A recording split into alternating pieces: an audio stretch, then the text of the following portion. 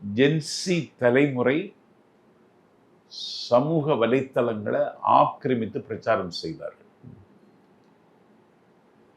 அதைத்தான் அண்ணா ஸ்டாலின் குறைவிட்டுக் கொள்கிறார் ஒரு பொதுக்கூட்டத்தில். நாஞ்சில் சம்பத் கேட்கிறேன், அதை பயன்படுத்தக்கூடாது என்று உங்களுக்கு ஏதாவது தடை இருக்கிறதா? யாராவது தடை போட்டார்களா? உலகத்தோடு ஒட்ட ஒழுகல் பலர் கற்றும் கல்லார் அறிவிலாதார். நாஞ்சில் சம்பத்துக்கு இந்த போனை சைலண்ட்ல மூடு கூட வைக்க எனக்கு தெரியாது.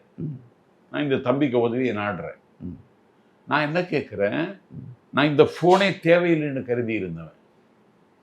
இந்த சின்ன போன் பட்டன் போனே போதும்னு முடிவெடுத்திருந்தவன்.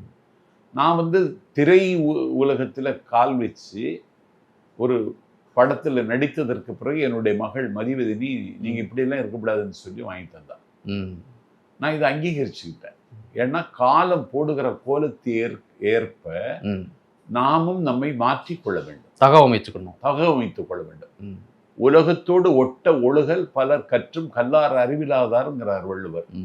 இவன் உலகத்தோடையே ஒட்டல. திமுக உடன்பிறப்போடு கூட ஒட்டாதவன் உலகத்தோட எப்படி ஒட்டுவான்? இது நாங்க பயன்படுத்திட்டோம்னு சொன்னா இது எங்களுக்கு மட்டும் இருக்கிற வாய்ப்பில் எல்லாருக்கும் பயன்படுத்தலாம்.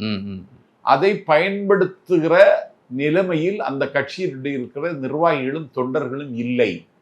அவர்களுடைய சோர்வும் அவர்களுடைய கவலையும் தான் திமுகவை வீழ்த்தியது.